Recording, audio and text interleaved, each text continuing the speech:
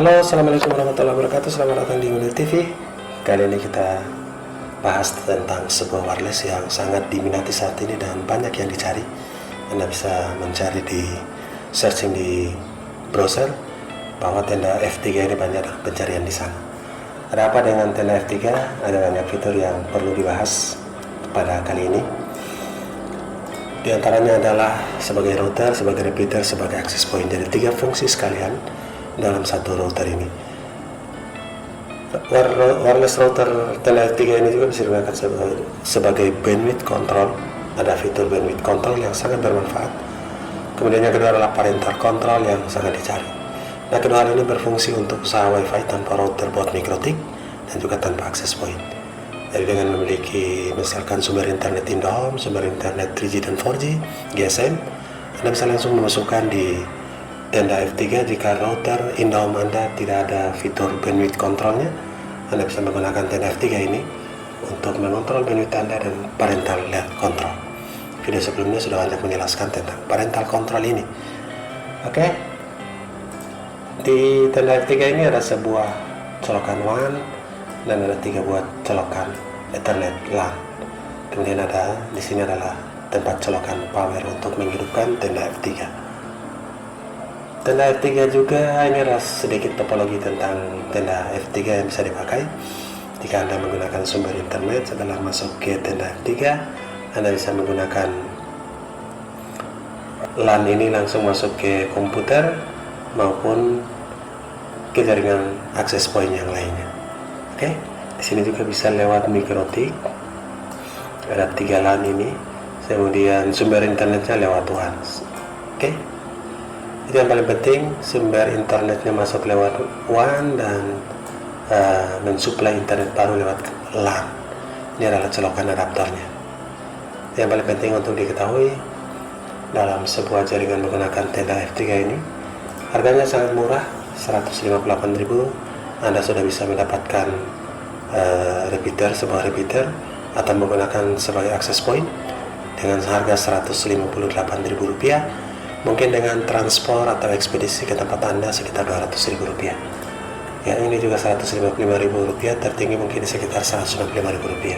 Anda bisa mendapatkan sebuah akses point murah, dan tenda F3 juga bisa didesain atau bisa direkondisi, dibuat desain untuk akses point outdoor.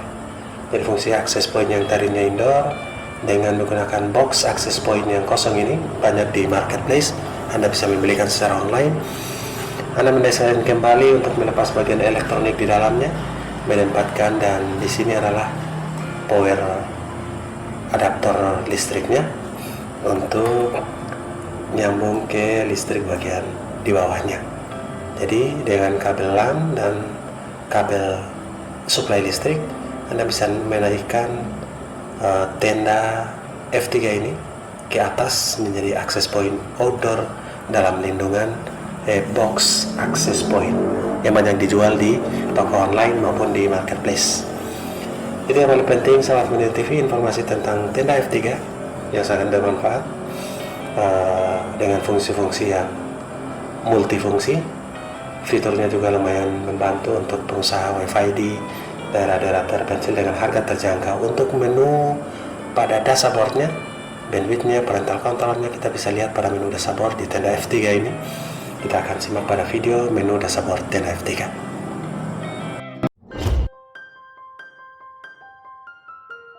Oke, kita lanjut kepada menu dashboard dari tenda F3. Ini adalah tampilan pertama. Kita mau pilih PPOE, dinamis atau IP. Contohnya adalah dinamis. Nama WiFi-nya dan password WiFi-nya yang ada di belakang. Kita klik OK dan save. Langsung masuk ke halaman dashboard. Yang pertama adalah status. Status ini menggambarkan berapa device yang aktif, hubungan antara internet ke tenda F3 dan ke laptop atau komputer. Kemudian yang kedua adalah internet setting. Internet setting ini sesuai dengan pilihan kita. Jika kita setting access point sebagai static IP, maka IP ini kita bisa rubah sesuai dengan topologi yang kita inginkan. Kemudian dinamis, kita menginginkan fungsi router misalnya secara dinamis tanpa mengubah IP. kemudian PPPoE juga kita harus mengganti nama dan passwordnya untuk didaftarkan dalam device. Contoh kita pilih device dan klik OK. Oke, successful. Yang berikut wireless setting. Wireless setting ini jika kita on, maka WiFi tenda ini akan muncul sebagai nama SSID. Kemudian passwordnya kita buat sesuai dengan yang kita inginkan. Ini hit artinya disimpan nama WiFi-nya. Kalau ini diberi centang disimpan, tapi yang keluar WiFi-nya ada network misalkan. Ya, kita hilangkan centangnya saja apakah Anda memilih low atau high. Kemudian jadwal schedule juga bisa diatur dalam wireless setting ini. Oke, wireless setting juga bisa mengatur schedule atau jadwal kapan WiFi tenda F3 Anda hidup atau padam atau off. Kemudian pemilihan wireless channel seperti biasa, channel width juga seperti biasa. Paling penting adalah bandwidth controlnya. Ini bisa digunakan untuk Anda yang mulai usaha tanpa mikrotik, tanpa access point. Di sini yang paling penting ketika device atau handphone atau laptop pelanggan terhubung. Ini karena ada 3 HP milik Windy yang nampak di sini dalam simulasi ini. Contoh kita aktivasi ini, yang kedua ini, dengan download limitnya, batas. Misalnya kita klik manual, ada 4 pilihan ini, no limit, 128, 25, 15, dan manual. Manual ini kita bisa atur pada 1 megabit. 1 megabit itu 1024 kilobit. Ini downloadnya, kemudian uploadnya kita bisa pilih 512 dan klik luarnya OK.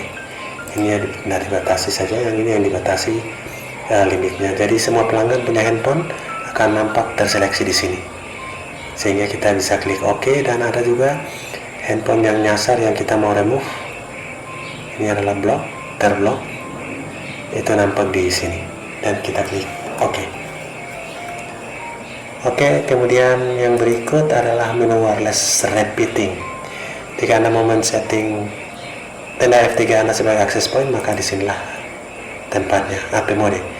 Jika Anda menggunakan sebagai WISP atau wireless internet service provider, maka Anda melakukan dari centang ini dan pilih salah satu, misalnya Windy, dan klik OK. Karena Windy ini WPA ini menggunakan password, dia akan meminta password dari target. Dan kalau kita klik yang kedua ini non, tidak ada password, tinggal kita connect saja. Itu membedakan WiFi yang kita connect itu ada password atau tidak ada password. WISP ini juga jika kita terhubung dengan satu WiFi, kita login, maka di sekitar kita itu dipancarkan akan login secara klasik. Jadi satu kali login untuk multi user. Beda dengan universal repeater. Ini repeater hanya satu kali login satu orang saja. Itu perbedaannya. Ini hampir sama fungsinya. Oke, kemudian parental control ini yang penting dalam usaha hotspot WiFi. Kita bisa menggunakan fitur ini untuk mengontrol handphone yang terseleksi. Di sini misalnya handphone Windy yang terseleksi ini sudah off. Ada yang sudah padam, tidak ada yang hidup ini. Hanya nama yang muncul setelah off.